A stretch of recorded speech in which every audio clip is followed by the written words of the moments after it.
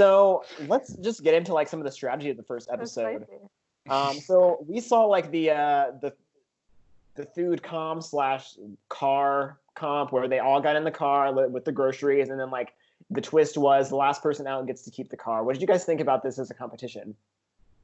I thought it was a great way to like start out the season because there were a few different layers at play. Like you had the fact that people that were out of the car, like especially the fact that it was down to like two people that like stuck it out and were in the car for a while. Everybody else was like socializing. And then, for Autumn, she's in this car with Kent. Like he's not a very good social player. Like you're probably not going to get very far by like just being like BFFs with Kent. Mm-hmm. I found it interesting too that Autumn really needed this car, and that's why she was really into winning this competition. And Kent was just like, "Yeah, my wife needs a new car," but like quite clearly, Autumn is explaining like, "Yeah, I have kids. I need to really make sure that I can get this car so I can like save money and provide for them." And it's just like, no, okay, no. Yeah. And he just like started I think that's another thing that really the primed me on this thing are just gonna be astronomical. And it's like, dude, like you're 40 something years old, and I don't want to put words into your mouth, and I guess you're passed away now, so it's kind of inappropriate to do that anyway. But like, still, like you could definitely get some sort of car. Whereas this woman is literally pleading with you, like, I need this car. And actually, the last two people that are in the car with him are like, I kind of need this car. And he's just like, no, I don't care. It's insane. Right. Well, then Monica even was like, I'll give you my waterbed and she had like a full-size waterbed. I'll give you my waterbed if like you give this car to Autumn, which I thought was like super cool move for Monica. But then Kent's just like, nope, sorry. Wife says I have to do it, so I'm doing it. And he's on the ground too. Back to the bed theory, the bed hierarchy. Like this is like a fire token, but as a bed. Like he's like, here is a bed. You give me a car. And they're just like, no. Like bed could give you so much more relaxation, so much more sleep than you would be getting on the hard ass Big Brother floor. That's gross. And he's just like, no, I'm good. I want this car. Not to mention, if you win the $1 million, buy multiple cars. Do whatever you want. Oh, $500,000. Sorry. But still, $500,000, you could buy a car pretty easily. Like buy the same car. I know. And like, is it worth like tanking your social game for this car? I don't know. It like really showed you as a pass. Just play devil's advocate. I also feel like Kent's mindset was like Big Brother is not like a charity case. I know that's kind of harsh, but like I do get irritated sometimes on reality shows when people say like, oh, well, I need this more than you, so you should like let me have it, in terms of like, oh, like don't vote me out over this person because they already have money. And so, you should keep me in because like I deserve it more than they do. And so it is a little bit cringy. It's like, okay, like Autumn, if you really need like money or something that bad, then like maybe don't go on a reality show where like there's not a guarantee they're going to get anything. Right. And so is Big Brother the same as Survivor where everybody gets paid something and it like matters? Yes. Like it. Okay. Everybody gets paid something. But yeah, I do feel like Kent's mindset was, oh, this is a competition. Like, we're going to see who can last longer in the car. And whoever can last longer, like, deserves to get the car. Whereas Autumn's was like, oh, you should just give it to me because I need it. Which did annoy me a little bit because it's like, it's not like you deserve it more than Kent. You think that you maybe need it more. But that's not necessarily something that everybody's going to agree on. Right. And no offense to anyone that has this car in the year 2020, but why are you dying over this random ass car that like has definitely lasted 5 years and it's gonna die? Like if they're putting like an Aventador out there, like a Lamborghini in general, I'm like, yeah, okay, I'm sorry, Autumn, but I just really want this Lamborghini. So like I'm gonna sit here because this is literally worth more than probably what I'll get if I get third place. So like I'd rather just sit here and at the worst case have a car, best case sell this car if I want to. And it's like that's like a capitalistic standpoint, which I wouldn't necessarily take, but it's like you're fighting over this like mom van looking thing that I've never seen in my life, to be honest with you. It's an SUV. It's like it has like leather seats and stuff. So like an SUV with leather seats. I mean, you're talking at least like in today's money, at least like $30,000. Well, like Autumn has like what, 2 kids? She needs just has one. I think she has one kid that's like 4. That's what I'm saying though, because Kent's fighting for this car. I'm like, I don't know if you have kids. I don't want to put words in your mouth, but I'm like, Autumn could quite literally do so much with this car for her kids. But I get what you're saying, Luke. It's definitely like, why would you cop out for someone that you don't even know yet? I mean, Kent sees this as a competition, and I think what surprised me throughout these episodes with Kent is like he is probably, I wouldn't say that he's the best player by any means, but I think he's the most like game-minded. Like we see so much of him trying to make alliances, trying to like make lines in the sand of like dividing people. And I just think like that's how he approached this whole car competition. Justin. Just incredible. Like should we be surprised? Yeah. Kings. Okay, so what did you think about this first HOH, or I guess in HH? In modern Big Brother, they call it HOH, but at this point, they call it HH. So Yeah. what do you think about this competition where they have to spin a wheel of traits? To be honest with you, I watched it once, was very confused, watched it again. I don't really get the competition, but it's, I guess, cool that, is it good that Mike won? Like, not strategy-wise, but does that mean people like him, or it just means that he had that last trait? Well, so basically it had like two traits. To say it was like bitchiest and coolest. You like Yeah. nominate, you put those two people up, and then the people don't vote for who they think is like the most bitchy or the most cool. You're just voting for who you would rather see as head of house. So That's like what, it right, means okay. that one, like it means that basically people wanted him to be head of house because like Yeah. people put Right. him up there and they like kept him. Right, Yeah, that's what it or seems like. the other way that you could look at it is if you don't fit either of those two words, then you were just never picked, and so you would last longer in the competition. So there wasn't like multiple ways that you could last. Either you were just so plain that none of the words fit you, or you were popular, so you kept getting voted. Yeah. It came down to Mike or Cheryl who ends up getting eliminated here. So, just imagining how different things would be, if Cheryl had gotten the head of household, because, Cheryl, even though she's, the Brat Pack feels like Cheryl is with them and she's so well liked. Like Cheryl does not feel the same way about them. So like, maybe, if Mike wins, Cheryl gets eliminated, but maybe if Cheryl wins, Mike is eliminated. Like these could have been like the two potential week 1 eliminations. Yeah, totally. So yeah, ultimately Mike Boogie wins this and he comes up with one of his signature terrible raps after he wins. I can't skip it. Skip 15 seconds ahead twice. Yeah, but we get at the end of this episode and at the beginning of episode 2, Mike realizes how scary it is that he has to look two people in the eye and nominate them. And he realizes that getting head of household is not necessarily a good thing. So what did you think about, is it a good thing to win HOH in the first week, or do you think it would be better to lay low? What would you guys do in that situation? I would not want to win first week. I think it like puts weight because I mean you're pissing people off regardless. It's not like it's one thing. I think it would have been a safer route to be like, here are the two people that I think are least liked in the house. So I'm gonna just nominate those two, and the house can decide which one they like don't want to live with. But I think to come in week 1 and like do this move where you're like clearly trying to like play puppet master and like manipulate the game, I think just really. I think like it's better to lay low generally in these games and then kind of like ramp it up as the game goes along. You can't come off too strong, so yeah, I don't know. It's tough. And it's coming off to me as like a survivor brain. This is like the season starting at the merge, and you don't want to be one of those first people to win that merge immunity because it's going to show your true colors as a challenge beast, unless you already are like known as that. Like in Winners at War, we had Jeremy and Denise who are pretty known for being good in challenges. We also had Kim, who's also pretty known. Obviously, she's won the most immunities of any woman. So coming into this, I would be a little afraid to do that. But again, it's early in the strategy, so I'm interested to see how that strategy evolves throughout this season, but also going forward in future seasons.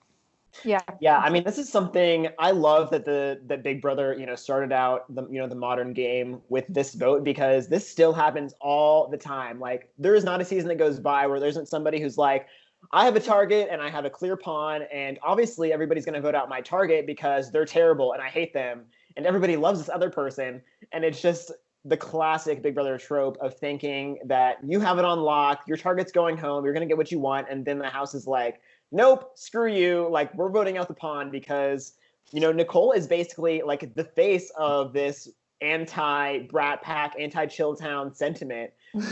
And so even though Cheryl also expresses those same things, like Nicole is just obviously way more extreme in her like anti-Mike mentality. Right.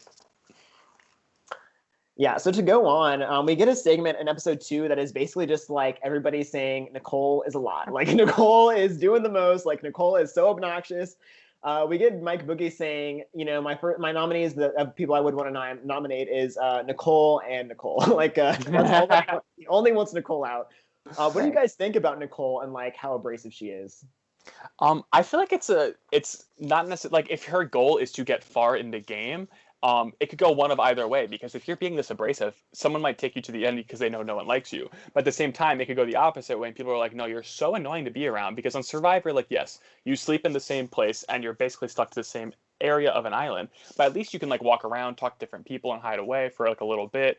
You might miss out on some strategy, but that's how it goes. You're in a house stuck with this person, and if she's being this abrasive for too long, I don't know how much longer they can take it. Even if they really think that she is a goat per se, I don't know how much longer she could even last. Right. Yeah, absolutely. I mean, we talked about this earlier. I kind of think like it'll be fine going forward because I think she's kind of gotten over that initial like social anxiety like you were talking about, Luke. And I think going forward she'll be better. It seems like even just throughout this first week she got better and like her likability within the house. So I think Nicole's like here for a little while. I don't think she's gonna be like the next one to go because they couldn't get her out this week. I mean, we had another segment of Boogie saying like he wants to get rid of Kent because he also like thinks Kent is super annoying, which I can see. So it's not like, I think Nicole was one of the most annoying people, but I think like in Boogie's mind, her and Kent, I feel like were his two biggest people that he wanted out, and ultimately he chose to nominate Cheryl Zappan. But like, I think that maybe his move should have been to nominate Kent and Nicole because at least at that point he gets out somebody that he doesn't like, that he doesn't want to work with. Exactly. Right. And it's like, I think a good move with the household because I think you could like argue that other people are being like rubbed the wrong way by Kent and Nicole. So you could be like, I just wanted to do what was best for the house. And like, you could come out and not seem like you're a total gamer. Yeah. We get the competition where there is like a pool of oatmeal or dirt. People didn't know which one it was. Like either, like how do you not know if it's oatmeal or dirt? But anyways, so we get this competition where there's keys with their names on it. Do you guys have any thoughts on this competition to win the hot tub? Well, so I want to back up for a second just to some like notes that I jotted down in the beginning of this episode.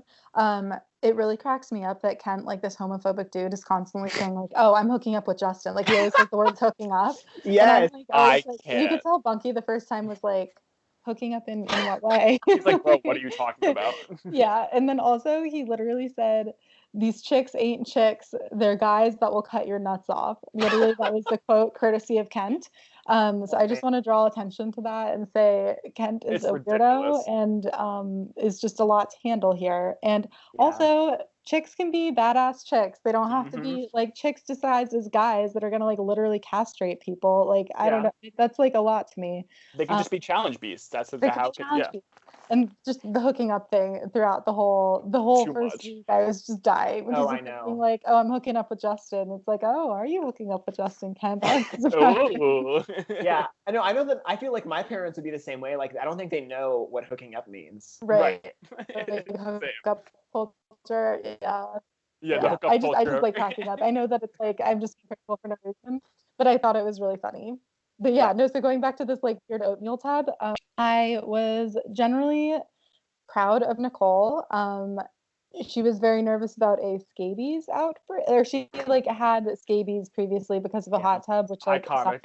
That really stinks. She said, no, hold on, I just want to clarify because she said a community pool of water type thing. Like she didn't even like specify that it was like she didn't say a pool or a hot tub. She's like some community water thing. I'm like, I just want to know what this is. Like, is this like some like hillbilly pool of like in somebody's backyard? Like, what is it? Or was it like a lake, which is more likely to have bacteria in general?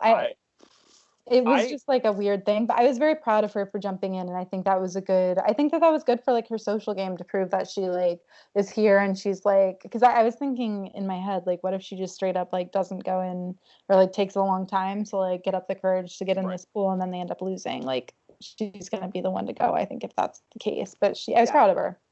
And I can empathize too, because I'm like deathly afraid of fish, and I can't explain that. But even playing like Animal Crossing and fishing, I am so afraid to catch fish, but they're worth money. And I'm seriously that afraid. And I live on a lake, like my parents, the house I'm in now. Like my childhood home is on a lake. I'm terrified of fish. So I get like having a weird phobia that you like might have. all fish. I don't fuck with fish. Like I have an aquarium. Like would that sketch you out? Yes, 100%. I just don't like them. I think they're amazing. They're so freaky. So I get like having a weird like phobia that you're like I want to play Survivor. I would be afraid to tell people that because they'd be like, what the fuck is this kid doing out here? Like, why are you out here? You should say that in your Survivor audition tape. That's so funny. You have you that hates fish, and then I literally, when I was moving from Philadelphia to San Francisco, I literally couldn't part with my fish, so I brought them on the plane with me because I'm that your crazy. Carry-on? No, so you can you can have over 3 ounces if they're fish in the bag. And so I researched there's this bag that can like exchange carbon dioxide and oxygen through it. And so I like brought them. So like literally, me and my boyfriend showed up at the airport with a dog, a cat, and a bag of like 3 fish I at love like that. 6 o'clock in the morning, and the TSA officers were like That's hilarious. cracking up. But Yeah. I'm dead. I'm not crazy. I'm just You're like picturing Pat on Survivor, and he's like the fastest swimmer out there. And people are like, "Oh man, Pat, why are you so good at swimming?" It's like, "Oh, I just want to get out of the water because I'm scared of fish." So, I'm not kidding. Like seriously, as a kid, I would like because like in my lake, especially, it's like a man-made lake from like 100 years ago. So it's like as a preservation association, they drop fish in it, which is very against the grain of what we're even talking about now. But just as like a quick like insider trade, so they'll drop fish in there that are like really aggressive, like bass and like other things, or like pickerel. I don't know if you guys know pickerel fish, but they have teeth. And I saw a catfish when I was like 5 years old, and I seriously was like almost started crying. Like I think I actually did start crying. I had no idea they existed. But yeah, sorry, that's completely aside. I have a catfish in my aquarium. You certainly would not like it. Like it's a baby. It's like they're like mini catfish. It's like 2 inches long, maybe. But I'm like, it's a Scottish catfish and it's cute. Love it. Okay, moving on. Our weird moving fish on. phobias.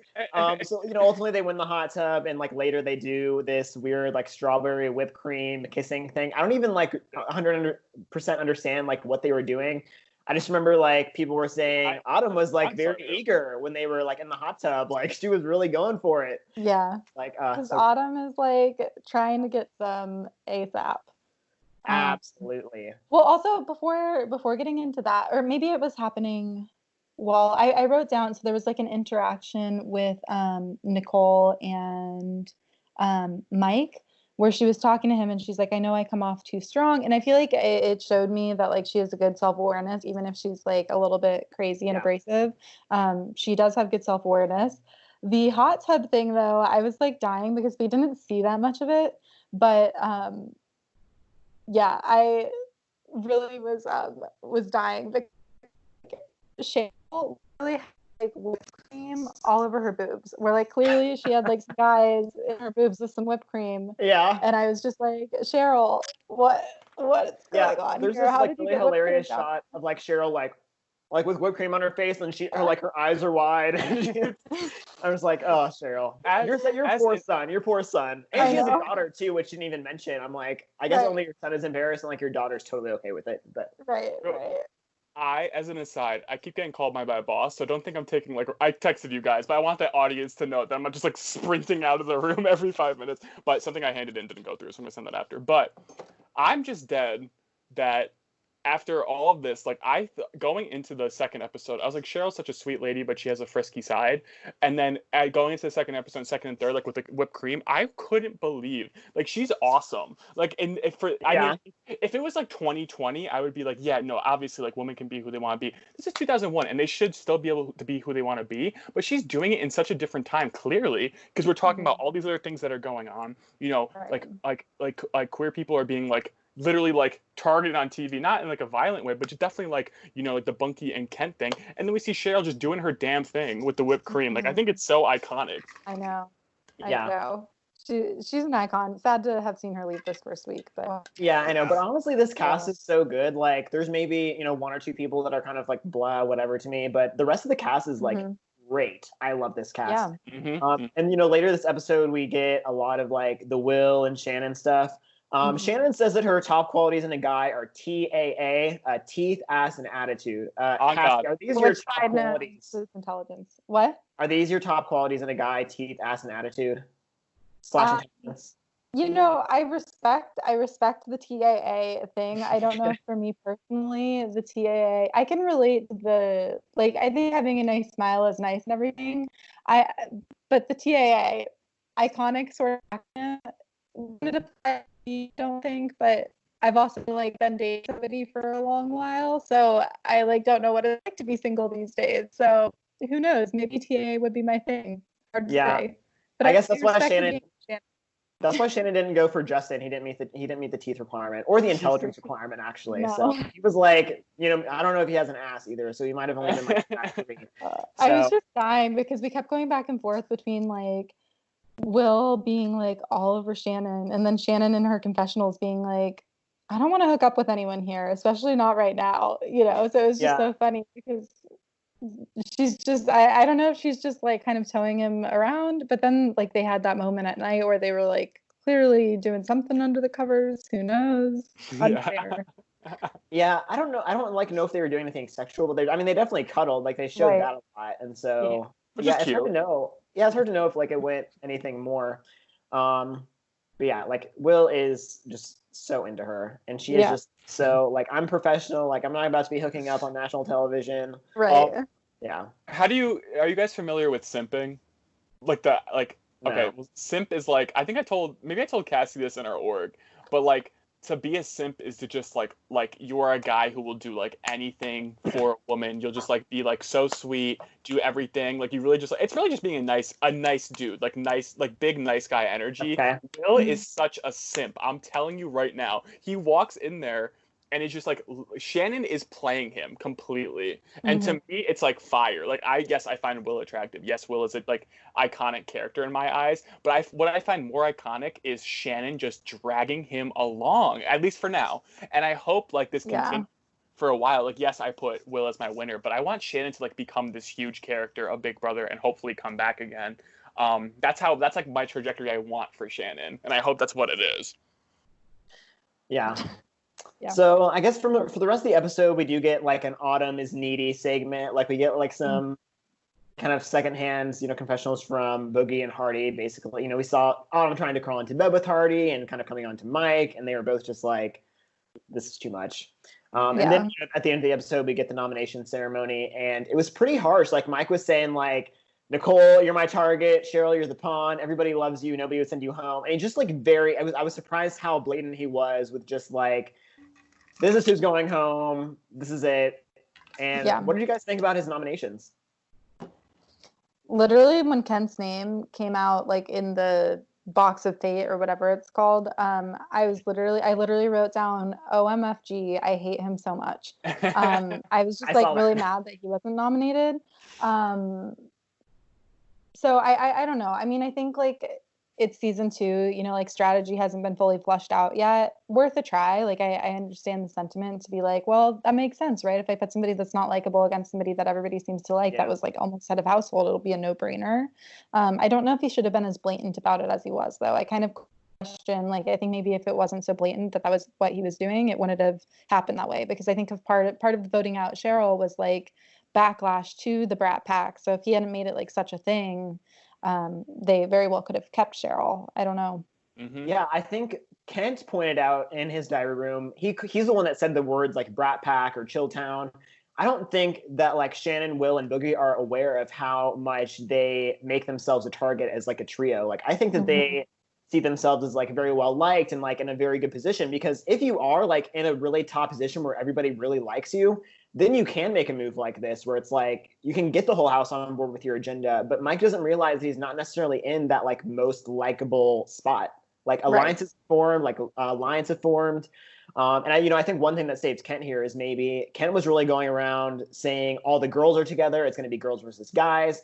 And so I do think from that perspective, like maybe it was good that Boogie didn't nominate Kent, because Kent maybe wouldn't want to nominate a guy at this point in time. But yeah, I do think that like I think the traditional kind of like Big Brother wisdom is like nominate 2 people who you are okay with both of them going home. Like, because the house is unpredictable, especially in, the first week, lines have not been drawn. And so the house could shake out in any which way. So don't put somebody up that you are not willing to lose. But, yeah, absolutely. Yeah, and that's easy to say in hindsight, but. Right, and it definitely makes more sense in hindsight too, because it's like, why would you put Cheryl up? Like they all seem to like her, which nowadays it would be like, okay, everyone likes her, she'll win. But at the same time, it's like you need to keep that person in who is like a good like figure for you. Yeah, she might be a mother figure. She might be a romantic actress. Oh yeah, she does, and she is very, regardless of her being a woman or not. Like yes, she might fit these like stereotypical tropes of being like a mother or being like an old lady, but it's also like she's also a very dope social player, and she gives a lot. She gives a lot to the squad of people that are in the house. Absolutely. So I don't know. Yeah, I think in episode 3, Cheryl says that everybody was very reassuring. Everyone said that she's not going to vote her out, which obviously some people were, maybe they meant it in the moment and they changed their minds, or they were just playing her from the beginning. But also throughout this episode, we get a lot of people in the diary room saying Cheryl is awesome, but she's a threat. Like Cheryl is, playing the game. I think Kent said that she is like two-faced or passive aggressive. So you get some kind of like negative and or just like people realizing that Cheryl is better at the games than Nicole is. Yeah, what did you guys have as thoughts on episode 3? Thoughts on episode 3. So one of the things that I wrote down that I was really dying about was I wrote down Will is very into his appearance. He was literally at one point brushing his eyebrows with a toothbrush. Yes. Which I've never seen in my life. There are specifically brushes to brush your eyebrows with, so I don't really understand why, like, you're a doctor, like, buy an eyebrow brush. You don't need to like be using a toothbrush here. And do you bring a second toothbrush in order to like brush your eyebrows with? I don't know. And then I also, like, just in general, a lot of it was me like ranting about Will being an asshole in my notes, because this was the episode where he was like, let's do a 24-hour spiritual fast. Yes. Because we've been sinning, we've been gluttonous, all this stuff. And really it was just this like huge trope to like see if he could like manipulate people into doing the fast. And which also, like, most people didn't even do it for 24 hours. So it was like he was super proud of it, but then it didn't even like work. What'd you do? Oh, I'm on the phone with my friends. Oh, okay, good. What do you? I love this. I love this. Wait one sec. Hi, Pat's mom. Yeah. Hello. Speaking of moms. Yeah. My favorite Will quote from this episode is he's like checking himself out in the mirrors outside. And he says, "Half man, half amazing." It's iconic. Oh my gosh. I love it. That's this is so like funny. the benefit of being in my parents' basement, like top 5. She was like, "Look, I bought these things you like." I was like, "You're so nice to me." Yeah, but yeah, no, I think it's like crazy to me, and I guess at this point, this is where I like kind of jump on your train, Cassie, because I'm like, Dr. Will especially, like, I find him to be entertaining, but at the same time, I'm like, you are really doing these things that are like insane for the people in the house. I know. Well, at one point he's like, "Oh, I'm only cuddling with," like, yeah, we're cuddling at night, but like, I'm only cuddling with Shannon for warmth. And I literally wrote down, "LOL." Okay, Will. Oh, yeah, but like he knows he's doing it. Like he's the one who's like, he knows that it's a joke. Like I feel like he has a fun relationship with the diary room where like he'll say something totally sarcastic and then kind of like see with him like side eye. Yes. I know. I will say it is charming, and like he definitely knows his role. Like he is definitely playing into like his personality. Like he knows that he's a cocky son of a gun and that like he's gonna be kind of like hated but loved at the same time. Right. He really plays into that. Absolutely. Yeah, so let's see. Well, and then we also had the whole scene of, we already kind of like flushed this out, of Bunky talking to Kent and like eventually coming out to him. Kent kept saying the word hetero in like a really uncomfortable manner, where he was like, "I just assumed, as we all did, that you were hetero." And I'm just like, God, Kent, like, you're so bad at this. You said hetero, by the way. I know. Yeah, when has that ever been a thing? Well, okay, so fun fact. I mean, I'm like a big Office fan, and in one episode when Oscar gets outed by Michael, Michael was like, "I'm coming out to the office, coming out as hetero." That's like the only other time I've like heard that be used, and it was really Michael Scott from The Office, who's meant to be this like super offensive character that's like also kind of lovable, and I just thought it was really funny that Kent kept saying that, and I was like, unironically, right? It's like a joke on The Office, and now like Kent is saying it 12 times in an episode. That was a big part of this episode, though. Yeah, absolutely. And then we had the food challenge. Right. Yeah. So I do have some issues with this. So there was a luxury comp, and so Mike, as head of household, is kind of like sitting on this like lifeguard chair, and everybody else has to spell out a word of like what they would win as a food item. You know, we see this kind of segment of like everybody complaining there's not enough food for how many people there are in the house, and so they're trying to win a dinner, and they get, you know, whatever entree they spell out plus all the fix-ins, and Jess would say, I think they said like what did they say in this episode? Like there was something weird. All the trimmings. Which was even weirder than all the fix-ins. Yeah, I think I'm just used to saying all the fix-ins now. Yes. But my problem was this. They spelled out the word filet, which is like, that's not a food. Like filet is like a descriptor of like a cut of any sort of meat. Like you can have a filet of fish. You can have a filet of pork. You can have a filet of beef. And so like... Boogie said filet mignon, but it's like he could have literally said filet of anything and it would have counted. This was bullshit. Yes, and then they give him like the most protein-rich thing of it because he's like, "Oh yeah, filet mignon." And it's like, "Yeah, of course you said that because it's this huge beef steak." But if you're saying filet of fish, it's like this little thing that, of course, would still be high in But nutrients. here's my other question. Growing up in a household where we had like a lot of meat, filet mignon, like fillets are not very big cuts of meat. Like if you're going for quantity here, like get a T-bone steak. Like Right. don't filet mignons are tiny, and T-bone would have been like a decently easy thing to Huge. spell out, I think too. And you would Yeah. have gotten like It's like shitloads big. or like right Yeah. or like a tomahawk steak. Like literally, Yes. like if you wanted steak and you wanted a high quantity that you could perhaps save for later, I don't know if filet mignon's the way to go. That's like a smaller cut, but like high quality cut. Yeah, I do I think they don't know. were You're trying to the think chef of it. here, Luke. They were trying to think of it Yes. super fast. My problem was just like filet is not like a particular food. Like, but Right. I loved that when they were trying to decide, Justin was like chicken parm. Yes. I know. Yes. I was like, Another that is thing the that most Justin Jersey said, thing. I know. Another thing that Justin said, it was like around the challenge or like right after the challenge. This is literally a quote from Justin. I want you guys to analyze it and break it down. Quote, Sherry is as phony as a $2 bill, unquote. Hold on, has there been a $2 bill? Is up until Justin this on point? that $2 bills exist? There Well, was. I don't think, did they exist back then? They existed, There but have.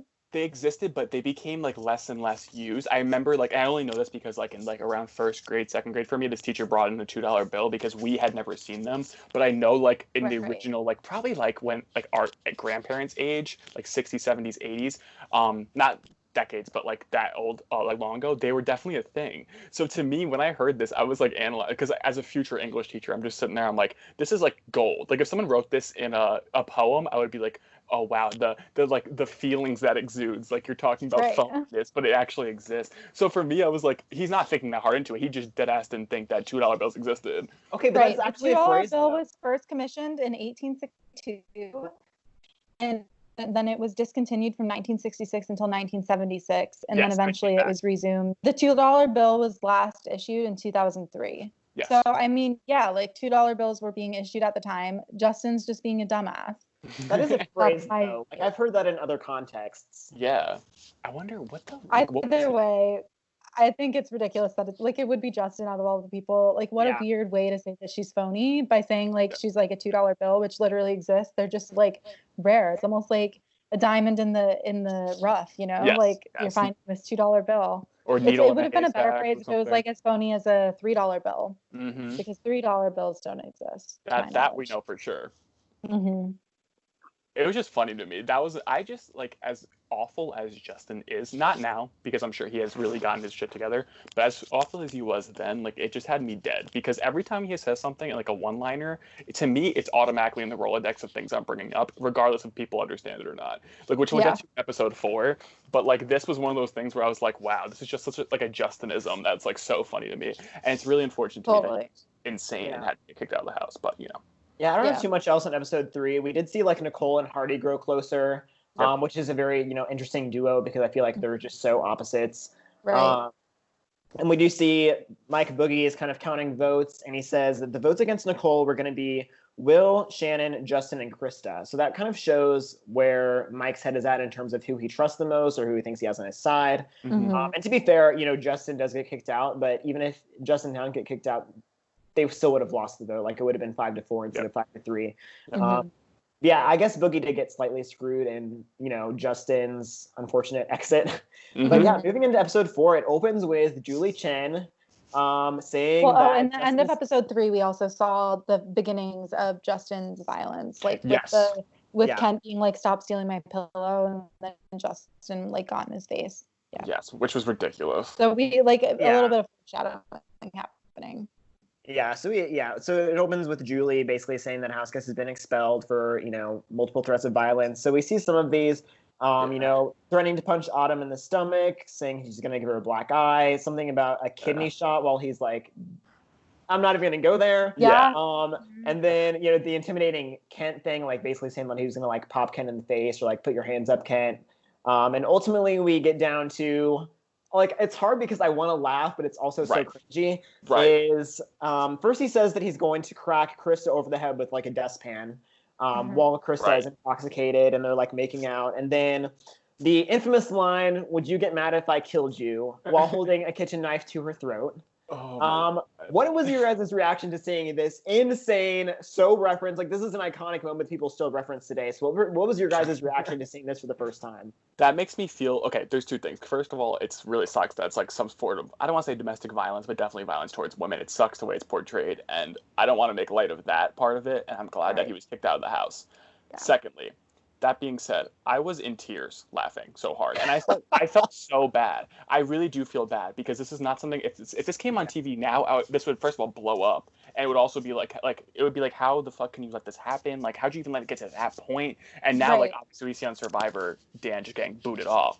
But like for me, the quote of "What would you do if," like, that shit has me dead. Like I say that now. And like no one knows what I'm talking about. Like my girlfriend's seen Big Brother, but she hasn't seen Big Brother 2 and like since she was like 5. So it's like it just has me in tears laughing. I feel so bad for everyone involved that had to go through his violence. And just the way he's like using soft power to make people feel like they can't do anything. It's scary. Right. Like obviously and then you're like doing this to Krista, who's like intoxicated. Like, what if she's not super stable or steady? Like, it's just straight up dangerous, even if you're not actually planning on harming her. Yeah. I don't mean to make light of the situation because what he did was like very serious, and that's like super scary. That like it literally. I texted Pat and I was like, is this guy in prison right now? Like, I could see him having murdered like a load of people out of like anger or something.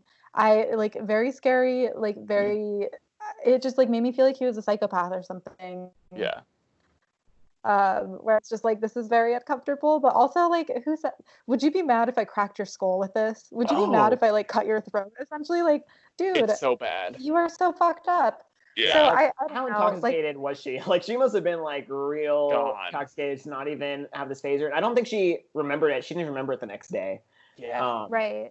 So she was obviously like. My mind was the people that were like, he was just joking. Where it's like clearly, like if you're talking about like literally raping somebody and punching somebody in the kidneys, holding up knives to people's throats, threatening Kent, like I don't know, if you're talking about raping and killing people, I feel like that's a little bit over the line. When you just met these people and you're like literally holding knives out. So like it was mind blowing to me that certain people in the house were like, I guess this also just shows like a changing of the times where it's like, like I can't believe some people were like, oh, that's bullshit that he was kicked out. Like, no, this guy needed to go. Like that's unsafe and very uncomfortable. It's not even. Yeah. Go ahead. Oh no, I was gonna say it's not even. Oh no, you go first. I was gonna say, like, I don't think that people knew about the Krista thing because that happened when only it was those two. I think some of the previous things, it's kind of like when you're with a friend and they say something inappropriate, it's fine because you get their sense of humor. But like people on the outside, and just to be clear, I don't condone anything that Justin said. I think all of it was like, you cannot say this on a reality show. But like, if you're with your friends, like I understand from like that point of view why you might not condemn it as much as somebody is like as an outside party would. That being said, like when you are on television, you cannot say anything that could be perceived as like violence or like abuse in any sort of way. And obviously the Carissa thing was like miles over the line. And like, I don't know. I know they said like shocking. I don't know if they said that Justin was intoxicated or not, but like either way, you know, after this point in Big Brother, they do not have sharp objects in the house. Like, I don't know if they took it away in this season, but like in future seasons, whenever you see people in the kitchen cutting, like they're using like a plastic kitchen knife. The alcohol is much more like limited after this point. Like, I think that they get a lot less. Like, you see people get tipsy, but I don't think to the point that like Krista was drunk, obviously. Like, there's nobody that like can't remember what happened the night before after this point in Big Brother. And it's like, for me too, it was very scary to see that like she was so blasted because like, it's like sad because I don't know how long it takes for an addiction to develop. And that's a very serious thing to even discuss. But like, I know it only takes like a habit to form a couple of weeks. So if you're in the house really getting that fucked up all the time, it's just sad of the implications it can do for your health and like your mental health going forward. And I felt really bad because at first I was like, well, maybe it's just like a kinky thing. Like maybe they're just really into like, which is not like, honestly, I'm not to shame it, but I just feel like if you're hurting someone that you just met like a week ago, it's kind of scary that you're like on that level of comfortability. But I think like you guys brought up a good point that it's like she wasn't comfortable probably. She was just probably like blacked out. and it's not good. Definitely Yeah, a weird it's like you situation. can't consent when you're drunk, so we all know that. But Yeah. also, Right. like, you are on TV, like, you are being watched 24/7. So any sort of, like, implication of violence is, like, absolutely, Yeah. like, you cannot do that. Yeah. Right. It's very different than like if you were into like you said, like kink or like BDSM, because like that's a Yeah. lot about like trust and all sorts Yeah. of things and like two consenting adults or Mhm. like whatever. Yeah. But I like clearly Krista was not in any state to consent to any of this. Mhm. So Mhm. I don't know. Good riddance for Yeah. Justin.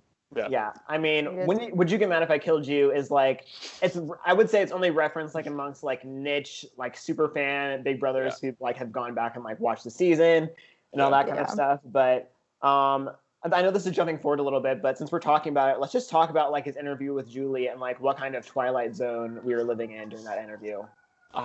It was like he was. I've like not. I mean, I think I can talk about this now, but like I was an RA in college. I won't say obviously. I like obviously have like FERPA and HIPAA, so I wouldn't say anyone's names or any of the scenarios I was in. But I have dealt with people that like have gone through like really awful things, and then they'll like you have to talk to the perpetrator of it before, when you're mediating the situation. So I won't go into the specifics about it. But I talked have like the 2 years I was an RA, I've probably had 3 or 4 conversations with people who remind me of Justin, and it's like scary to think that there are people out there that you wouldn't even realize are like, I don't want to say crazy because they might have actual issues that are going on underneath the surface, but there are people like this, and it's really scary that they're probably dealing with a lot of stuff. Justin himself was 26 and acting like this. He's probably gone through a lot. I mean, I don't really know his background. I'll look it up after, like we're done with the season, but it's just like scary and it's really sad. And for me, like if this happened today, I think they would probably like ask him to go to rehab or ask him to like, maybe get a counselor, maybe keep him in Ponderosa or like off camera and maybe have him talk to some of their casting like counselors. Because it's just scary. The answers he's giving Julie is what scared me the most. And I was laughing before, like when he was like getting mad at everyone, he was really drunk and fucking with Krista. It's not funny, but I was like, okay, like he's obviously kidding, right? And he sits down and talks with Julie. He's not kidding. He's completely dead ass, and that's what scared me the most. Right. I think like the inability to recognize that like what he did was over the line, like that's I think the scariest part. It's one thing to be like, oh, you know what, I was drunk. Like, yeah, you're right. Like that was kind of like messed up that I was doing that. But for him to be like, no, like it was totally fine that I was holding a knife to somebody's throat and asking them if they'd be mad if I killed them. Like I don't see the problem. Which is just like what? Like, do you Yeah. hear yourself right now? So You have to I don't think know, it's that- like delusional. Yeah, you have to think that like the psych examination got a little more serious after the season. Like, Yes. Yeah. And I do think that Big Brother like wants to have a diverse group of people in the house. And it's been branded since the beginning as a social experiment, much like Survivor was branded as a social experiment. And obviously as time goes on, like in the modern day, it's much more a game than anything else. It's not really about people from different walks of life coming together. Like the casting is a lot more like they're all kind of like the same these days. I feel like the casting back then is much more diverse. But that being said, like when you pick somebody from like a diverse background and somebody from obviously more of like a rough background like a Justin, like you still have to make sure that they are going to like be on the same page as far as like what is appropriate behavior in the house. Right. So I just think that they were probably a lot more careful with their casting choices going forward. This will not be like the last case of somebody like committing an act of violence in a Big Brother house and getting kicked out. This is by far like the most severe case of somebody getting kicked out of the show, and like unquestionably like the most justified of somebody kicked out of the house. Yeah, so we can talk about other things now that we've gone through talking about Justin, but yeah, the first person ever eliminated in like the I guess what I would say like the modern format of Big Brother, the first person ever kicked out of the house. So let's see. So Kent names like the Chilltown and Brat Pack in this episode as Shannon, Will, and Mike, and I feel like this is really like the basis of why it ends up being Cheryl over Nicole. And we do get like interviews with like Nicole's husband and some of Cheryl's family, which I thought was. What do you guys think about seeing their families? It was cool. Really nice, yeah. I was curious about the logistics though, because like once Cheryl, I mean, I guess this might be jumping the gun, but once Cheryl was eliminated and she was like having the live interview with Julie, and then the family came out, like, did they have both people's families fly all the way? Like, do they have anybody that's in the bottom two's families come out to like wait in case they get kicked off? Like, I don't know. It was like were Nicole's people there as well, and they just like I don't know, it just logistically weird to me, but Yeah. it was nice to see them. I'm wondering if because in this part of the season, there's not live voting. They, vote previously and then the results are announced live. So I don't know if did people vote the night before and then they knew who to fly out? I don't know exactly what the logistics are either, but it's very well possible that both parties' families were there. Yeah, I kind of like that we go to the nominees' families because I was curious. I didn't really remember what Nicole's husband was like, so it was fun to just go, see who this guy was. They're not still together today. Spoiler. Oh, no longer together. Yeah, I like that we get to see Cheryl's son, who I'm sure is just mortified at what he's been watching on television. I'm sure he just got so much shit at school. He's like, yo, your mom's not hot. Yeah. Which is dope. And for her, but it probably sucks for him when he's younger. Well, hearing Dr. Will did the phrase MILF exist at the time? Yeah, good. I really don't know. I doubt it, because I think she would have I think people would have been calling her a MILF in the interviews, maybe. Yes. But yeah, so she's a MILF pre-MILF. I feel like MILF might have been said. I don't remember. But I remember what sticks out in my mind is Dr. Will saying Cheryl's body has to be in the 99th percentile of bodies. And I'm like, okay. I know. Right. It's hard to defend him this far in. Yeah. I also appreciate in this episode that Cheryl and Nicole kind of make this little agreement that whoever stays in the house is going to take out Mike. I kind of seeing that camaraderie. It wasn't Nicole versus Cheryl. I feel like it was just they were on the same page. It was whoever the house wants to keep is fine. But, maybe Cheryl should have taken the opposite approach in her campaigning of she is not going to out hate Nicole. Nicole is going to be the one who is most hateful of that Will, Mike, Shannon group. So I almost feel maybe Cheryl's strategy should have been she only needs one more vote in order to make it a tie. So maybe she should have been targeting somebody get Krista on her side, because Krista was obviously kind of playing the middle in these sets of episodes. So what do you guys think about Cheryl's approach? It's definitely, she was trying to make sure that she had the numbers just in case. So I appreciate that on her end. I think it's very advanced gameplay for where they were at the show. And I think it just shows that sometimes the formations of gameplay are based on common sense, which obviously for us is common sense. But she's a very smart and sensical person. So she's trying to do something that she thinks will keep her in there. And she might not have realized that these votes would have flipped against her, but she's still trying to get all her ducks in a row, which is big for her. Yeah, absolutely. I mean, it's hard because I think, you have to differentiate yourself from the person that you're going up against, almost like it's a final to tribal council or something. You have to say how you'd be different and how it would be better for them to keep you. So I think it kind of for her to be we're basically gonna kind of fulfill the same role going forward. Whoever you vote off, I'm with you guys. You have to be no, you have to get people personally invested in keeping you. Make some deals with some people and make them feel okay, yeah, we're a tight group. You guys keep me. We're a tight group going forward. Let's move forward. So I don't know. I understood why she did what she did and why her strategy was that way. It was nice to see, but being a super competitive person I am, I'm just gotta be working harder, Jerry. Yes. Yeah. And I think that's one of the major differences between Big Brother and Survivor is in Big Brother, there's only 2 possible people who can go home at any given time. So when you need to campaign and when you don't need to, because on Survivor, it's you don't know if it's going to be you because there's maybe 11 options at one time. Whereas in Big Brother, it's between you and the other person. So when it's time to go hard. And yeah, Cheryl didn't really do that. So I almost feel the format of Survivor at least might have benefited Cheryl more, because I don't think anybody wanted to target Cheryl. Cheryl was nobody's first choice to go home out of the entire house. It just happened to be when it came down to either Cheryl or Nicole, Nicole could get more people to be polarized for her. So sometimes Big Brother, because comparing it to other reality TV shows, we've compared it to Survivor a lot, but I also found myself thinking about The Circle, which is obviously a newer reality TV show on Netflix. But it's almost reverse Circle, where in The Circle, everybody nominates 2 people that then get to choose one person to send home, versus this one, it's one person nominates 2 people and then everybody gets to decide which of the 2 goes home.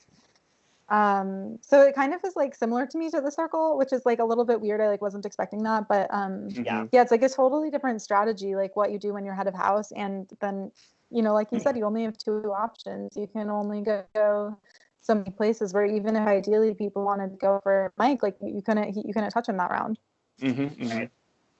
And it makes them think differently about who they'd vote out here, which you guys kind of mentioned a little bit too. But in keeping Cheryl, they'd have someone who, like we've said in the past, is a big threat to win, and they said it themselves. So if they get rid of her now, that's out, and we're stuck with Nicole, who could be someone they can pitch to get out, and we might see maybe she'll even get better with her social game, and she won't even be an option. But the game seems to have a more natural flow to it. Whereas Survivor, since everyone's so paranoid, because it could technically be them unless they have immunity, you have to make the like kind of brash decision to be like, well, let's vote this person out for X attribute. And it's like, why? Right. Yeah. Yeah. A little bit less scrambling this episode, at least. Yeah, I will say, like, comparing, Big Brother 2 and Borneo, I feel like you can compare kind of those two because they're both like the pioneering season of their format, even though, we have Big Brother 1, it's a totally different game. Right. Big Brother 2 picks up so much faster than Borneo, in my opinion. Like, Borneo, you have like votes that are like 4-1-1-1-1, where people are just like voting all over the place and there's no voting like in strategy. Alphabetical order. So yeah. Good. Whereas like in Big Brother, Good. like there is alliances, there's talks of alliances from the very beginning, whereas, in Survivor Borneo, like alliance is like a bad word. And that's obviously part of that is because Survivor came before Big Brother. And so people know that like making alliances is not evil. It's not bad. It's just part of like what the game is. But I really appreciate how fast Big Brother moves in terms of just like developing the strategy.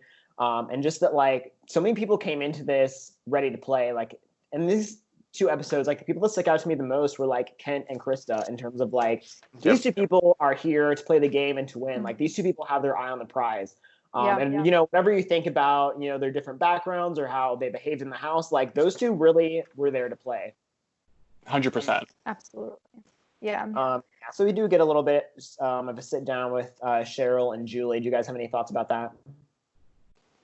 I think it just continues to show Cheryl as a good social player, even though she's out of the game and she's technically like the first boot, at least the first vote out. Officially, it shows that she was about her business and she was very much herself in the house. Maybe that to her detriment. Yeah. Yeah. I was shocked because, like I said, I don't know the rules. I'm like learning these rules to this game as I go and as they're like presented to me. I did not know that everybody voted out becomes like a jury member. That it's like a similar kind of thing to Survivor, where those that are voted out then vote. Yeah, I had suspicions of that, but the first few episodes of like America voted for the winner, which was different. So I was like shocked. I was like, whoa, so Sherry's gonna get to vote for a winner. Okay, that like changed things a bit for me. I like wasn't expecting that, which it sounds dumb. Yeah, I will say that like that does change in future seasons. So the format of the jury does change. Just to go back a little bit, we did get like a little bit of like the HOH talk. So we get Julie talking to Mike in the HOH room, which is something that we only get in the early seasons. We don't get that in later seasons. But yeah, like Mike was just so confident in this HOH talk. He's like, oh man, like Cheryl and I have grown so close now throughout this week, even though like Cheryl has been saying in confessional that she wants Mike out. Yes. I love kind of that contrast of like Mike is so comfortable and just like, well, worst case scenario, I had to break a tie to keep Cheryl, but like, there's absolutely no way that like Cheryl's gonna go home. And so then just to see like the votes come in and see Mike's face like drop, it's just like that classic Big Brother trope of like you would just like love to see like the person's face when they're blindsided. And that's so great. I wish like they get this better in later seasons, but like I wanted to see like Will and Shannon's face too. Like I wish that we would have been able to like pan to see different people's reactions, but we did get a good blindside face from Mike. And I don't know if I missed it, but the one thing I recognized from Big Brother 21 that I didn't see here, which I guess is like my little advantage, but like when they go into the diary room to vote in Big Brother 21, they like high five each other on the way in, or they'll do like a stupid ass dance. Like I didn't see that. Maybe I missed that. But they don't, that's because they didn't vote live. Right, that's the difference, right? Yeah. Okay. So like in this format, they would just like call people. I don't know if it was in the morning or like the previous night, but they would just like call people one at a time. But it wasn't like they had to be sitting in the living room. Like you could go do whatever. Like you might be talking to somebody in one room and like, You just gotta do it. And I know this comes up in like later seasons, but like somebody like might be like literally having a strategic conversation about like who they want to vote out, and then they'll get called into the diary room to go vote. Oh wow, okay. Because like it's not, you know, in modern Big Brother, it's not like it's like lockdown. Like you're all sitting in the living room, and like once the voting starts, you can't talk. It's much like Survivor. Right. But yeah, they didn't have that in this. Also, just a weird note: Cheryl is like carrying a watermelon when she leaves. Like, what is this watermelon? Like, they're complaining about their food shortages, and then like she's like carrying a watermelon. I know. I don't know if like, she had some sort of, because it was like it had like Wilson painted on it. I don't know if you guys saw that. Yes. I couldn't tell what it was. Yeah, it looked like a Wilson watermelon where like somebody had, I don't know, maybe it was like Cheryl's friend, but I was thinking the same thing. I'm like, you guys were literally just talking about how like you don't have any food, and then you're giving Cheryl an entire watermelon when she's about to leave. I know. Like she's about to go eat all she wants. Yeah. Who knows? You know, I was impressed that Cheryl did know like who her votes were. She recognized that it was like Will, Shannon, Monica. Mm-hmm. I think that showed that she was a good player. You know, like I think the reasoning for her going home was like it sucked. Like it was unfortunate for her, but I think as far as other people in the house go, like she was a really good player and she was a strong contender. So I think long term it probably wasn't bad that they got rid of her. Yeah, exactly. Yeah, it was fun to see a split vote on the very first vote too, because a lot of times you do get unanimous votes in Big Brother. And at the very last thing we got was something that we don't do much in modern Big Brother, but it's America's Choice. So Mike and Krista have upcoming birthdays. Which one would you like to see get a gourmet dinner and a greeting from home? I was like, this is kind of like rude that it's both of their birthdays and America's going to vote on like which one they want to have like a birthday. Yeah, which one gets a birthday and which one doesn't this year. I think Krista deserves a birthday because she had a held up to her throat this episode. So if they were smart, they would do that to like help her and be like, listen, we know we put you through probably literally trauma, so here's a fucking birthday party. Right. Is it trauma if she doesn't remember it? True. Also true. I think Maybe it's traumatic to, especially like watching things back. That's like, you could have traumatizing experiences and not remember. Yeah. No, I mean, I'm sure. Yeah, she would. I'm sure she watched it after the fact, but yeah, I just thought that was like a very weird America's Choice of like one person gets a birthday, but yeah.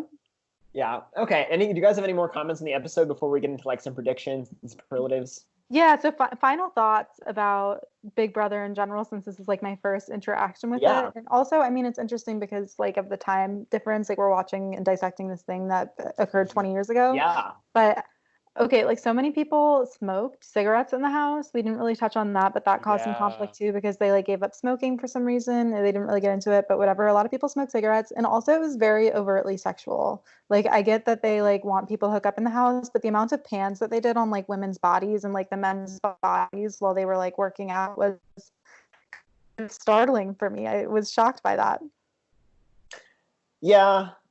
I don't like Big Brother is definitely obviously it's different from Survivor, and like it's kind of like a mix between like a strategy show and like a dating type show. Like it is a weird mix. I know what you mean. Right. Yeah. It was like it was startling for me to be like, oh, okay, yeah, like let's pan on Sherry's body for like 30 seconds. Yeah. Like cool. But yeah, I mean it was interesting. Like definitely, I mean, because in modern Survivor, obviously, since like Rob and Amber, like the power couple thing, and that's become a big, faux pas.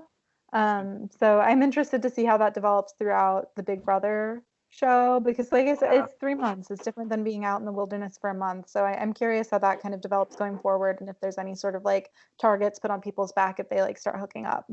Mm-hmm. Yeah, it's definitely much more prevalent in Big Brother because you can actually shave and brush your teeth and all of those luxuries. Maybe brush with the toothbrush. Yeah. That's funny you say that because there's also, that's not the weirdest use of a toothbrush this season. Let me just say that. That's a superlative who's likely to use a toothbrush in a weird way. Can we add that on the fly? Yeah. Yes, we should. Yes. Okay, so let me just, do you guys want me to share, or do you guys want to share like what your rankings were as far as like placements? Yeah. Sure. So should we start, we'll like compare like 10 through 1 and kind of go from there? We'll go like 10 and then 9. We'll go through together. Okay, so we already kind of discussed this, but I have Will going out next. I said he's such an ass and is rubbing people the wrong way. Plus, I think strategically, like he kind of ties Mike and Shannon together. Like he's kind of the centerpiece of that 3-person alliance. So I think on the other side, if you were to get rid of Will, it kind of breaks up that trio and like opens up some more opportunities. So that was my thought.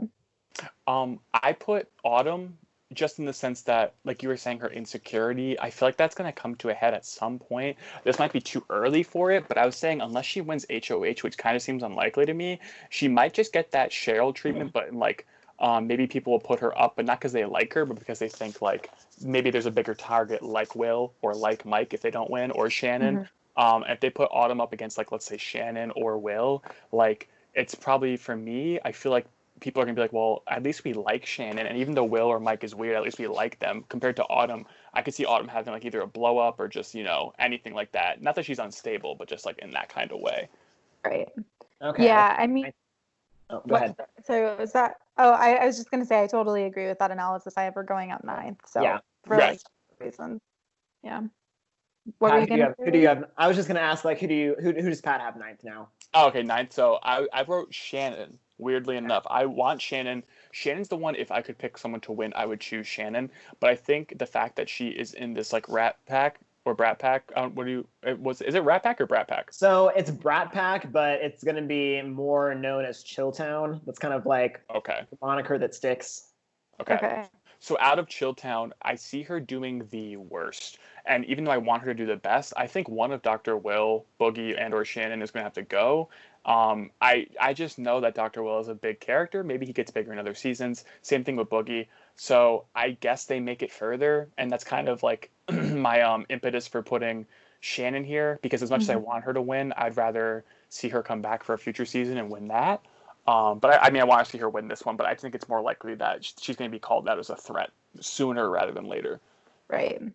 Yeah, I do just want to say with this first one, I feel like you're at a little bit of an advantage here just because you've seen people, you know, come back around. Like I probably wouldn't have put Will going out first if I would have known he like had a cameo in Big Brother 21, you know, like 20 years later. Yeah. But no, it definitely helps. I know he I don't know if he's a winner, but I just know like there is something about him and Boogie that means they come back or means they do well in this season. So it definitely is a help. I see this less as like a competition, more of just like me trying to like Brant steal it in my head of like what's going to happen, but with everything's a competition, Pat.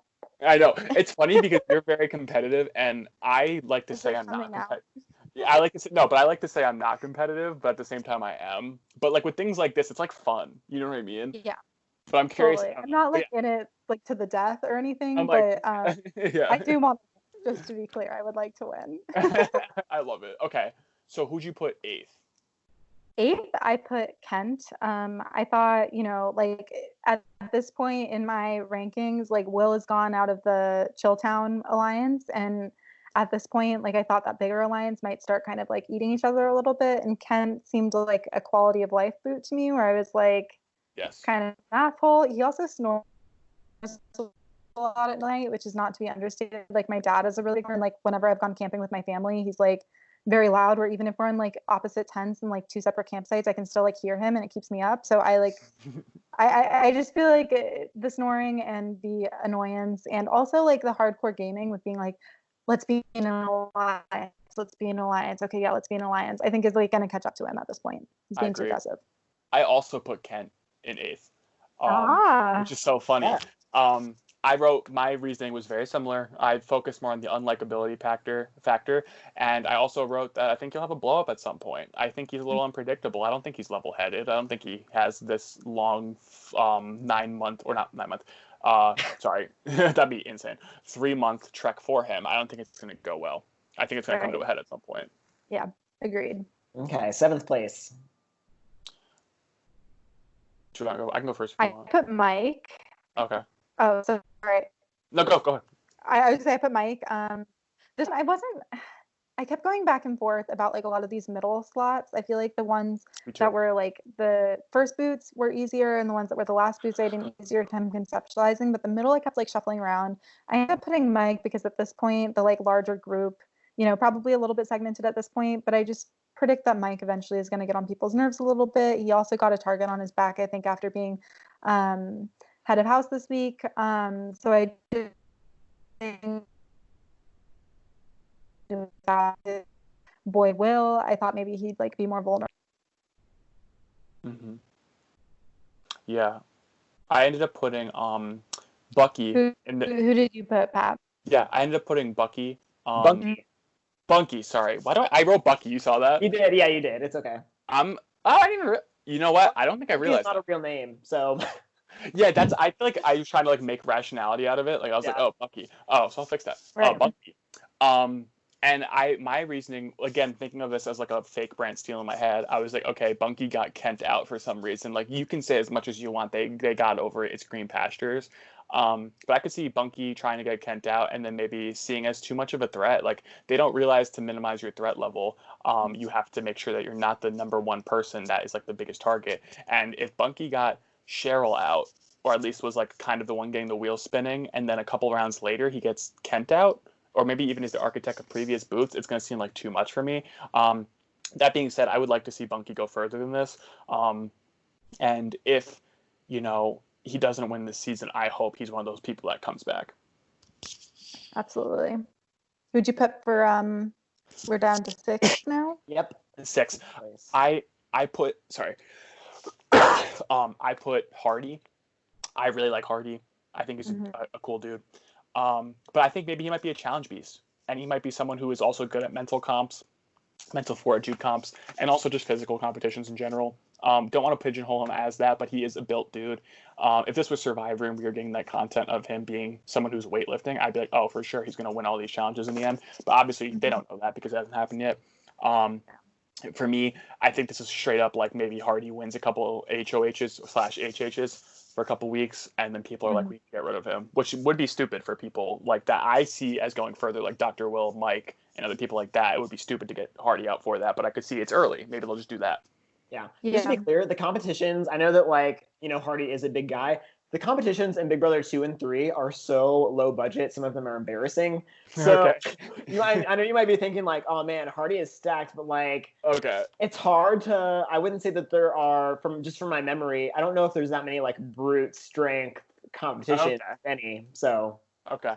Right. I mean, that's what I was going to say. It's interesting hearing your rationale on a lot of these guys because I did not consider strength in my rankings like at all. I didn't think about the fact that might like in challenges and stuff because I have zero idea. Like I said, I haven't seen Big Brother. I have zero idea what the challenges are like, and I'm just going off with a couple that I've seen, and they have not been anything to do with anything physical. So for me, sorry, what were you gonna say, Lou? I was just gonna say like the season that Pat saw, Big Brother 21, is probably like the most like physical competition season of Big Brother ever. Like there was so many physical competitions, and that was rewarded. Like the players that were super physical were rewarded by having these kind of competitions. But traditionally, Big Brother is not all about physicality, and especially in the early seasons when like the budget was so small, like these literally guys, you're gonna laugh out loud at some of these competitions that I can't wait. So anyway, I guess you're right too, really because they did jump in a pool of oatmeal, so I don't know why I thought they had like crazy grandiose like final 3 challenges they had from like Big Brother 21 in this season. Like obviously they're not gonna have that. I'd be surprised if they even splurged on oatmeal. It probably was dirt. That's why it's like clumpy and chunky. It could be more expensive. Well, no, probably not. But dirt's not cheap. Bags of dirt. So for this vote, I put Nicole for 6th. Okay. While I think she got some, like momentum with this vote and kind of got some traction with a bit of an alliance, I just think eventually, like, I could see her like playing both sides and like trying to game too hard and being a little bit aggressive about it, rubbing people the wrong way. Similarly, I just think eventually it's gonna, do her in, and I put her 6th. And then coming up for me in 5th, I ended up putting Krista. I almost put Nicole here, so I very much agree with your rationale. That's why I went right into the 5th place one. I see her again for me. I almost put Nicole here because I see her as that GOAT, that person I think you bring to the end, which I feel like someone will do, and that's what I end up having her as. But I think someone will take Nicole there, and Krista, like I said before, she's a very fit person, not like extremely bodybuilding and all those things. But I could definitely see her as someone who's going to put effort in these challenges, and I'm glad I did that now, knowing what Luke said, with like some of the low budgeter things. Right. Yeah. So I put Shannon here. I know you had Shannon coming out, pretty soon. I understand a bit longer, just because I did feel like for me, she was the most likable player of Chilltown, you know. So I thought once her two boys were gone, maybe she'd like be able to re-ingratiate herself with these people and you know, maybe move forward with them. But I think ultimately she is, you know, a threat, and I thought eventually she'd be targeted for that. I agree for sure. I could see her going even like as far as you said, or even further. I want her to go that far too, so I hope she does. Right. It's tough to say. This is really just a crapshoot. It's kind of fun. That's why I like this. Yeah. So going in fourth place, I'm glad we had this person going far, both of us. But I put Monica here. Okay. For me, I really like Monica's personality, the little flashes we've seen so far. I'm very excited to see where we go from this. Monica is a great person from what I've seen. I can see her being a huge character. I could see her coming back for multiple seasons if that's something that Big Brother does. I know they have had one All-Star season, but I don't know if that's more. I'm excited to see if there are more. But Monica is probably going to be that person who they're just like, bitch, we need to get you out now. We cannot have you here in the final two. That's how I view it. So I hope that's what happens because she seems like that good, that just juicy character. I hope that does happen. Right. Yeah, absolutely. So, I mean, I had Hardy going fourth because I think he is well liked. He's not very confrontational. So I see him kind of going far because I don't think he's going to be one of the ones on like the front lines of any of these big moves. Like I see him kind of taking a back seat. But at the same token, I don't see him being like a core member of like a big, like of an alliance to where he has like people where like I don't see him quite taking that next step to making it to like the finals, but I do think he's going to do well just with his disposition, and I think you know, not being like a huge person that's like out there out in the front will be helpful. And then I'm just going to jump to like my number 3 person. I had a similar thought to you. I have Monica going 3, so we were like off by one slot, but I had a similar thought to you. I think she's like well liked. She seems cool. I think like strategy wise she'll be able to step it up. But I think ultimately I was guessing it was going to be a final 2, and I'm happy I was, you know, right about that from Luke's confirmation. But I think like for similar reasons as you, I don't think like people are going to want to take her to the finals. So I have her going out 3. For me, I put Boogie all the way up here. And my rationale was that I could see Dr. Will being more likable.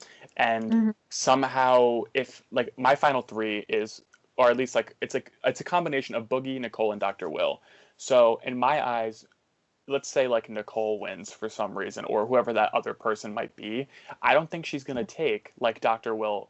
I don't think she's gonna take Boogie because I feel like Mike is playing both sides of the house, and I feel like he might continue to do that as it goes on. Like we see him talking to Kent, we see him talking to Bunky, we also see him with Chilltown, and we also see him talking to the other guys in the house that are young. Really, the only person he doesn't really fuck with necessarily is Autumn, at least from what we've seen so far. And even still, he's seemingly still trying to hook up with her in a weird way. So as we're getting further down the line here, I could see Boogie like kind of pissing one of those that third person off. I don't know if it's necessarily Nicole or if Will wins. But let's say in my eyes, I think Will is the winner of the season. Not to just jump ahead, but I think if it's like Will, Nicole, and Boogie, like Will is going to take that Nicole-esque person to the end, knowing that he'll win. Because I think he has that survivor brain in his head. Like, he just watched Australian Outback, we're assuming, and in Australian Outback, Colby took great competition to the end and lost. So I think he's going to realize, hey, I can't take Mike, because if I take Mike, I have a chance of losing. But if I take insert goat here, I have a chance of winning. That's how I would see it. And Dr. Will, again, like, I think it's a little unfair because I do know he is a prolific name. But in my eyes, I'm doing this as wishful thinking because as much as Will pisses me off at times, he also is very entertaining. So I'm like, I do genuinely like him. He does say shady things. I don't really condone everything he says, regardless if it's 2001 or not. But for me, he reminds me, and I could see this, him being the big brother, him or Boogie being the big brother version of Malcolm from Survivor, like Malcolm Freeberg. I could see them being someone that is like this huge character. Maybe they're a fan favorite at the time, but they never end up winning. And maybe they come back a few more times, or at least once. I know, I know, like Will comes back to talk to the jury at least once, so maybe that's something. But if they come back in future seasons, maybe they'll have a better chance there. But again, I agree with your rationale so far. Will could go out very soon, or he could win, and that's why I was like, let me be optimistic and give him that winner upside. Yeah, I think that's totally valid. Yeah, I mean, are we talking about who we think is going to win now, or do you want to jump to second place? What do you want to do? Go in any way you want. Yeah, I was going to say Pat pretty much gave his top 3. So what do you might as well just finish rounding out your top 3? Yeah. Yeah.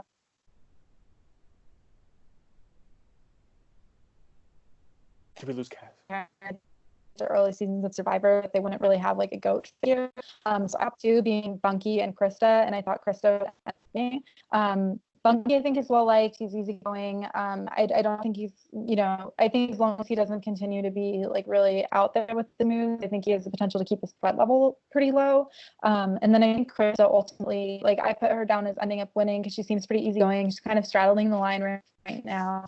She also has a story where like a single mom like had a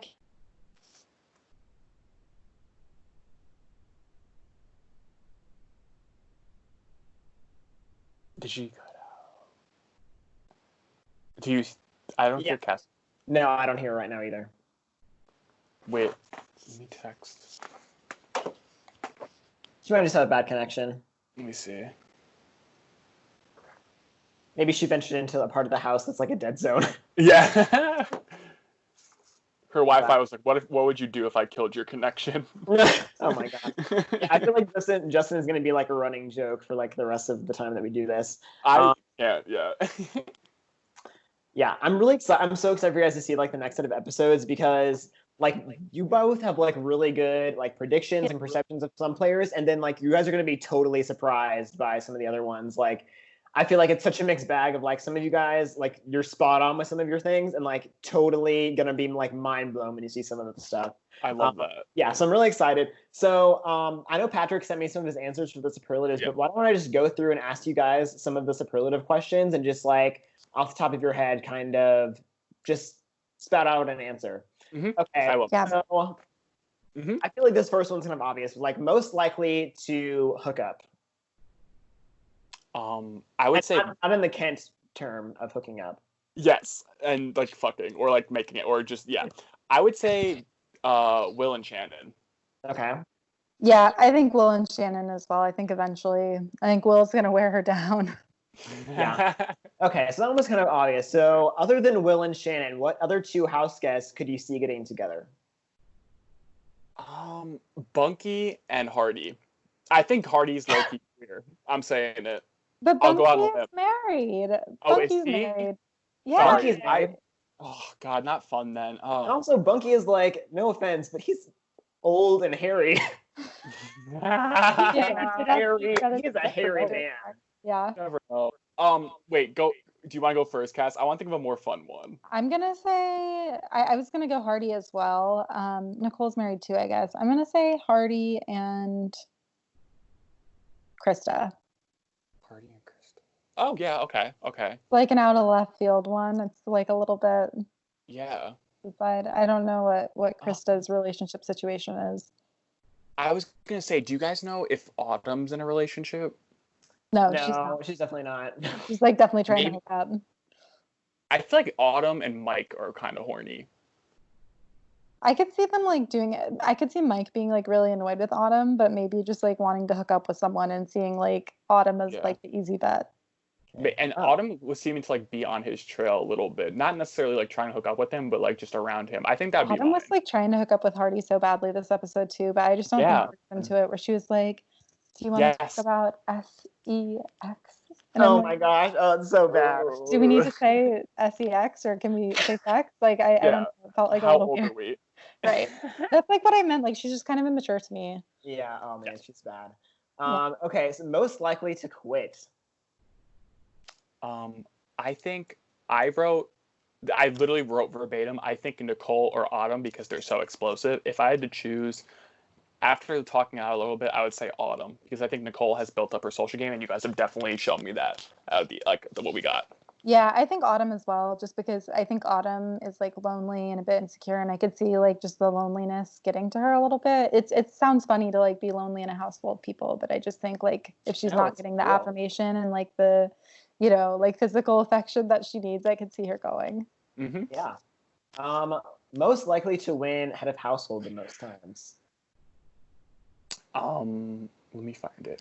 I wrote, I'm going to go out of left field. It's one of the women I thought was fit, but not necessarily the obvious winner, which was Shannon. I wrote Monica.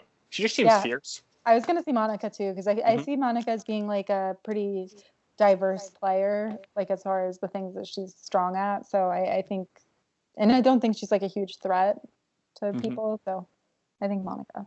Okay. Who guys do you think will appear the most times in future Big Brother seasons? See, I know Mike and Dr. Will are characters. I don't know if that means they came back or if they were just entertaining this season. If I had to guess, I would say it's a toss-up between Mike and Dr. Will for me, but I guess I'd say Dr. Will. Yeah, but I would say Will too. Yeah, and I hope Shannon and Monica, and maybe even Bunky, are some people, and Krista, that are people that they consider in the future. You know what? I'm going to change my answer actually and go for Mike, because Mike lives in LA. He's like joking around rapping. I kind of get the sense that he might want to be famous. So he probably just wants all of the exposure that he can. So I'm going to go with Mike. That's a good one. I think Will would be probably down to play more too. But I think Mike, if they asked him back, he'd be like, yeah, get more rapping exposure for my career. It's crazy because I know there's a Big Brother All-Star season because me, Luke, and JC were talking about it, but I have zero fucking clue who's on it, who's near it. Obviously, we only know 12 of the people that are eligible, assuming they don't go for Big Brother 1. So I'm really excited to like have this roll out in real time as if we were like online or not online when we're watching Big Brother, whatever it might be. So that'd be fun. Totally. Okay, so I know we talked about doing biggest villain. I feel like that's kind of subjective, but I will say there is like one really big villainous moment this season that is still talked about today. Who do you think commits the biggest villainous act of the season? I got to go with Will. Will, that was my gut reaction. Will's an asshole. Public enemy number one, Will. I'll just say Mike Boogie because like just for fun. I agree though. I think Will has that mean streak in him and can be vicious and he has med school loans he has to pay off, so he's gonna be fighting for that $500K. I could see if like Krista shut him down, or not Krista, sorry, if Shannon shut him down or something, Will flipping his shit. Like if they hooked up and then she was like, never mind, I don't want you anymore. I could see Will like really going crazy. So being incel about it. Yeah, and there's definitely like some kind of like strategically villainous things, but the incident that I have in mind is like more of like it's personal. Like someone does something very personal to another house guest. Yeah. Okay. Yeah. Yeah. Also, I think Will's smart. Will can like throw those punches like that. I think that are like villainous, manipulative punches. Can I ask? Is it in? So for like the people that are watching, I should have said it in the beginning, but so we're watching 5 through 16 next. Is it in that chunk or the last chunk? Wait, no, it is in the next chunk of episodes. Okay. Yeah. I'm very excited. Okay. Yeah, but I mean that's like a pretty big. I mean that's like 11 episodes, so it's not like I'm spoiling anything really. Yeah. Yes. Yeah. Do you guys have any other predictions you want to talk about, or any other things to throw out about Big Brother 2? A fun thing I want to just do real quick. Obviously, I assume Mike and Will come back, but is there anyone you think, Kassie, that comes back out of this cast? It's hard to say. I mean, honestly, I could see Sherry maybe coming back just because I think like her time was cut too soon, and I think she could have been like an interesting player. Also potentially Bunky maybe, because I feel like he's a big character so far in these couple episodes. But yeah, I feel like it could be anyone. Yeah, I think that matches up for me too, and just wishful thinking like Shannon would be cool. Also, her last name is Dragoo, which is iconic. Dragoo. It's like Dragoo. Yeah, like I was like, okay, that's kind of weird, but I like it. Okay, guys, this was so fun. Is there anything else you guys want to add? No, just looking forward to like seeing how everything shakes out. Like I said, I have no clue how Big Brother works. Slowly learning, but I'm curious to see if there's like some crossover between Survivor seasons 1 and 2 into Big Brother 2 strategy wise, and like if that influences like the final 2 at all. Like you were saying, Pat, I'm just excited I'm also excited, the competitive side of me, to see who had better guesses, me or Pat.